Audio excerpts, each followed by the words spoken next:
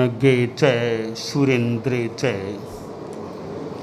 कौशिके पाद संस्पृशि निर्विशेष मनस्काय श्री वीरस्वामिने नमः।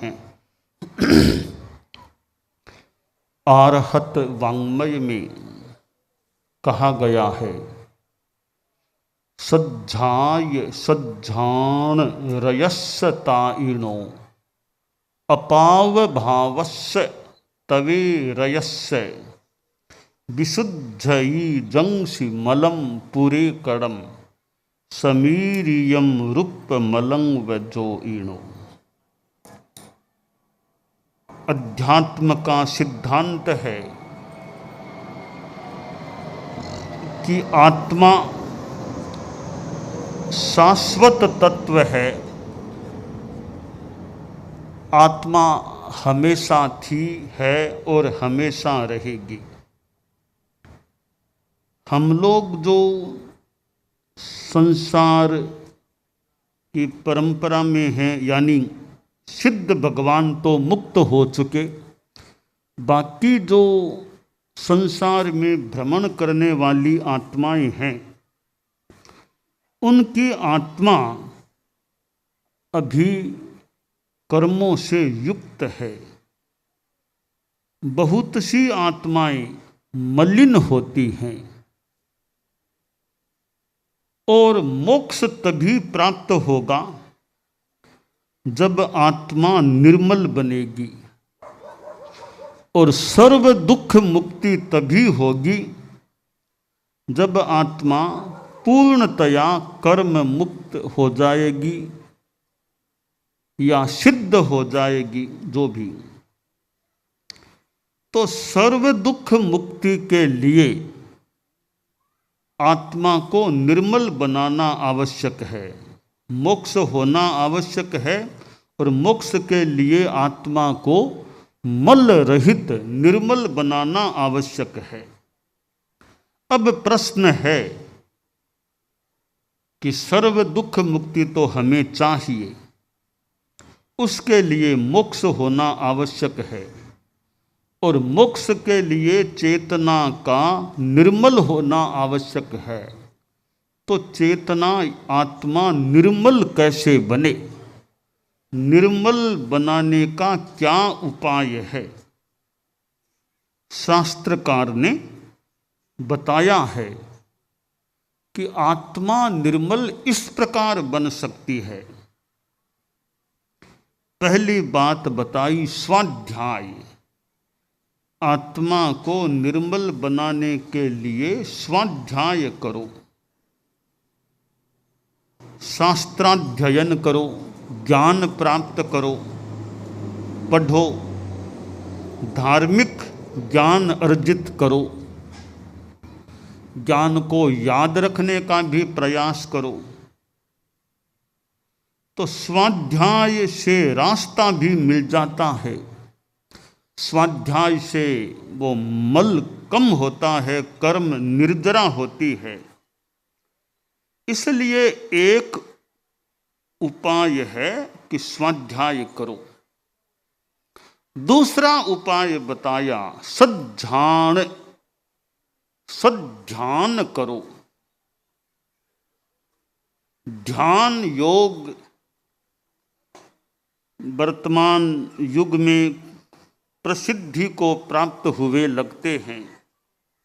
दुनिया में कितने ध्यान योग के संस्थान होंगे, आश्रम होंगे, सेंटर होंगे, जगह जगह कई जगह योग ध्यान मेडिटेशन के सेंटर, केंद्र, आश्रम प्राप्त हो सकते हैं। तो योग ध्यान ने व्यापकता प्राप्त की है, और योग दिवस भी मनाया जाता है। ध्यान एक साधना का प्रयोग है। श्लोक है, शीशम जहा शरीरस्य मूलम जहा दुमस्य सब्बस्य साहु धम्मस्य तहा जानम विधीयते, कि हमारे शरीर में जो स्थान शीर्ष का है और वृक्ष में जो स्थान मूल का है, जड़ का है, उसी प्रकार साधु धर्म में ध्यान का महत्वपूर्ण स्थान है। गृहस्थ लोग भी अपनी दिनचर्या में, समय सारिणी में ध्यान, स्वाध्याय, अध्यात्म को आरक्षित करने का प्रयास करें। हालांकि जैन शासन में तो कितने लोग होंगे जो सामायिक करते हैं, यह भी साधना का ही एक प्रयोग है। और कई लोग तो दिन में कई सामायिक कर लेते हैं। कई लोग जो वृद्धावस्था में आ गए हैं, व्यापार आदि कोई धंधा उनके जिम्मे नहीं है, रसोई पानी बनाने का भी इतना उनका जिम्मा नहीं है, महिलाओं में, बाइयों में, तो दिन में 3, 4, 5, 6, 7 अपने सामायिक करने वाले करते भी होंगे, कर सकते हैं। बहुत अच्छा साधना का प्रयोग है सामायिक करना भी।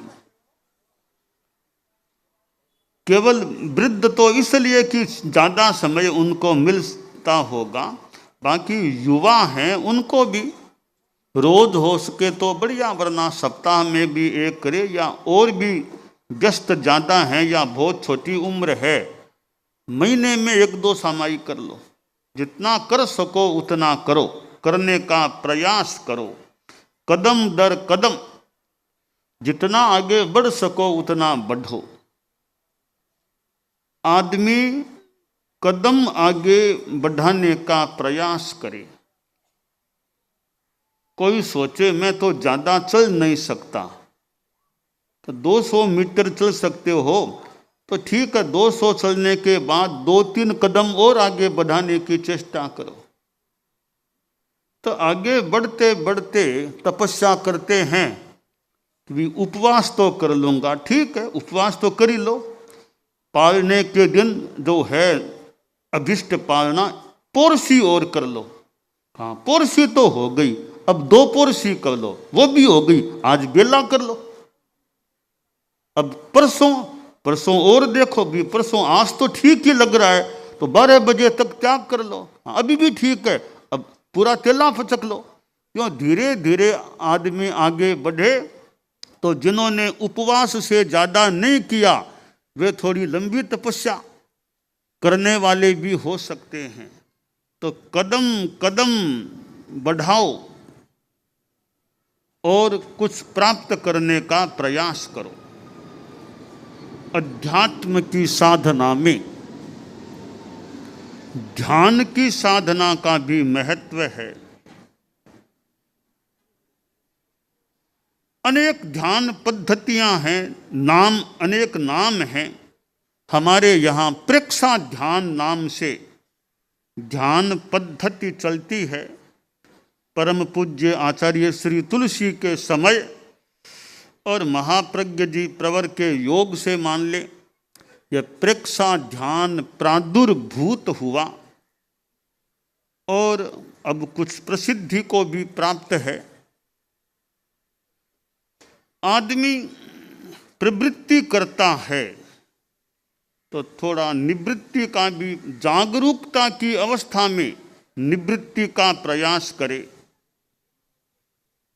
शरीर से चंचलता होती है, शरीर में प्रवृत्ति होती है, थोड़ी निवृत्ति करें, कायोत्सर्ग करें, शरीर को स्थिर शिथिल तनाव मुक्त करें कि शरीर की चंचलता को कम करना है। अब शरीर की चंचलता कम हो गई, वाणी से बोलना नहीं है, मौन रखो। और मन की चंचलता को भी कम करने का प्रयास करो।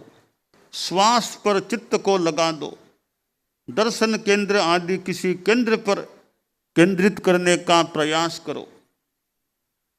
विचारों से मुक्त होने का प्रयास करो। आदमी दिमाग को निर्देश दे दे कि भी अभी जैसे 20 मिनट का समय है, अब मुझे ध्यान का प्रयोग करना है, अब और विचारों से मैं छुट्टी ले रहा हूँ, और विचार मुझे नहीं करना, ध्यान में रहना है। तो मन को जरा निर्देश दे दे कि अभी विचार नहीं, निर्विचारता का प्रयास करना है। जैसे आदमी कोई कार्य में लगा है, किसी सेवक को कह दिया अभी अभी गेट पर खड़े रहो, अभी कोई लोग नहीं आए, अभी थोड़ा दूसरा काम है। तो सेवक ने ध्यान रखा, लोग अंदर नहीं आए, तो काम करने वाले व्यक्ति ने अच्छे ढंग से अपना कार्य संपन्न कर लिया। इसी प्रकार हम भी अपने आप को निर्देश दे दें, अभी लगभग जितना भी टाइम, जैसे 20 मिनट है, अभी मुझे और विचारों में नहीं जाना, अभी बस ध्यान में रहना है। फिर ध्यान का अभ्यास करें तो हम प्रवृत्ति में रहते हैं। जागरूकता की स्थिति में निवृत्ति का भी अभ्यास करें। यूँ तो नींद में कुछ निवृत्ति होती है, पर नींद में भी निवृत्ति कितनी होती है? होती तो होगी ही, पर नींद में भी हम कभी करवट बदलते हैं, कभी हाथ हिलाते हैं, दिमाग मन में सपने सपने जंजाल सपने आते रहते हैं, तो नींद में भी निवृत्ति कितनी क्या हो पाती है। तो ध्यान जीवन की शैली का एक अंग बन जाए कि ध्यान का प्रयोग करना है। शरीर, वाणी और मन, इन तीनों को विश्राम देना है। तीनों की प्रवृत्ति का यथासंभव रूपेण निरोध करना है। ध्यान और क्या है? एकाग्रे मनः सन्निवेशनम योग निरोधो वा ध्यानम। योग निरोध कर लेना, मन वचन काय की प्रवृत्ति का निरोध करना, यह ध्यान हो जाता है। ध्यान में मन की चंचलता भी न रहे या कम हो जाए, यह वांछनीय है, और उसका हम सलक्ष्य प्रयास करें कि मेरा मन अभी चंचलता से मुक्त रहे या प्राय मुक्त रहे, क्योंकि मन चंचल है। जैन आगम में कहा गया, मनो साहसी ओ भीमो दुष्टस्सो परिधावै। मन एक ऐसा दुष्ट अश्व है जो दौड़ता है। श्रीमद् भगवद गीता में भी चर्चा हुई है। अर्जुन श्री कृष्ण से कहते हैं, चंचलम ही मनः कृष्ण प्रमाथि बलवद दृढ़म तस्याहम निग्रहम मन्ये वायोरिव सुदुष्करम। अर्जुन बोले, हे श्री कृष्ण, यह मन चंचल है और उसका निग्रह करना उतना ही कठिन है जितना कठिन वायु को, हवा को रोकना कठिन होता है। एक समस्या मानो अर्जुन ने रखी, समस्या उसके सामने रखी जाए जो समाधान दे सके, तो समस्या रखना अधिक सार्थक हो सकता है। जो समाधान न दे सके उसके सामने रोते रहो, गिड़गिड़ाते रहो, बोलते रहो। समाधान देने वाला है नहीं तो बोलो भले, समाधान कैसे मिलेगा? तो समस्या हमें उसके सामने रखने चाहिए जहाँ से समाधान मिलने की आशा हो या संभावना हो या विश्वास हो। वहाँ समस्या रखी जाए तो सार्थकता हो सकती है। अर्जुन ने मानो एक समाधायक के सामने समस्या रखी, जैसा गीता में कहा गया है। तो श्री कृष्ण ने समाधान की भाषा में कहा, असंशयम महाबाहो मनो दुर्निग्रहम चलम अभ्यासेन तु कौन्तेय वैराग्येण च गृह्यते। कि अर्जुन निस्संदेह यह मन दुर्निग्रह है, इसको वश में करना कठिन है, और चलम यह चंचल है, परंतु असंभव नहीं है इसको वश में करना। दो उपाय है, दो बातों पर ध्यान दो तो मन को वश में किया जा सकता है। मिथ्या में दो उपाय बताए अभ्यासेन, एक तो अभ्यास करो और वैराग्य ने वैराग्य भाव रखो। मन में राग मोह वो कम हो जाए, दूर हो जाए तो मन की चंचलता कम या समाप्त हो सकती है। और अभ्यास करें, हम प्रैक्टिस करें, श्वास पर चित्त को केंद्रित करो और कहीं केंद्रित करो, बार बार मन को लाओ, एक जगह केंद्रित करो, प्रैक्टिस अभ्यास करो तो मन की चंचलता कम हो सकती है। गीता में श्री कृष्ण ने गीता की भाषा में दो बड़े सुंदर उपाय बता दिए मन को वश में करने के, कि अभ्यास और वैराग्य। तो विरक्ति का भाव बढ़े तो मन की चंचलता कम हो सकती है, और अभ्यास सद जाए, दोनों का योग हो, अभ्यास भी चले और वैराग्य भाव भी हो, तो मन की चंचलता को कम किया जा सकता है, मानो समाप्ति की ओर ले जाया जा सकता है। ध्यान एक प्रयोग है मन की चंचलता को कम करने का, और ध्यान को साधने के लिए वैराग्य भी होना चाहिए, अभ्यास अच्छा हो और दीर्घ काल तक प्रयास चले, अभ्यास चले, निरंतरता से अभ्यास चले। दीर्घ काल नैरंतर्य सत्कारा सेवितो दृढ़ भूमि ही। दीर्घ काल तक प्रयोग करें और निरंतरता से करें, ऐसा नहीं आज किया और फिर छोड़ दिया, फिर निरंतरता से प्रयोग करें। सत्कारा सेवित, सत्कार श्रद्धा निष्ठा से प्रयोग करें तो हमें सफलता भी प्राप्त हो सकती है।